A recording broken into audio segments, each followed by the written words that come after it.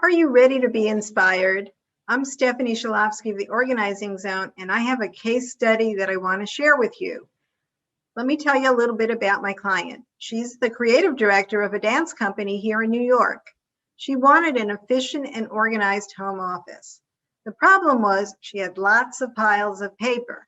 This is what her home office looked like. As you can see, there were piles everywhere. And that was the challenge. The problem was those papers were from years ago. She'd switched over to a digital filing system with COVID, but she still had all the paper.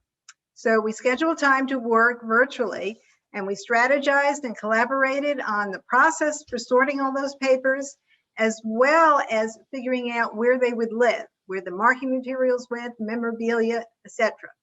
Then she got to work between our sessions.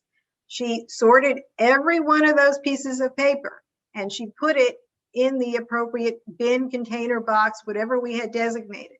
And because she was doing this repeatedly, she knew where those papers lived. So that helped her going forward to maintain her space. So now this is what her office looks like. As you can see, no more piles.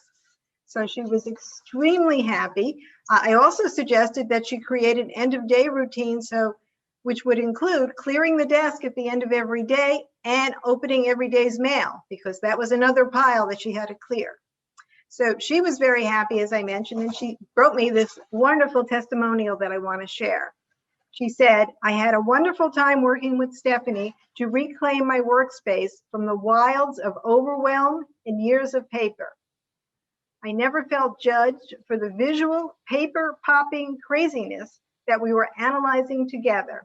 I highly recommend stepping into a program with Stephanie and the Organizing Zone." So if you need some additional motivation to tackle your space, go to my website, look at my case studies, and you'll see other types of projects just like this. I hope you're motivated to clear your space, and I'll see you next time.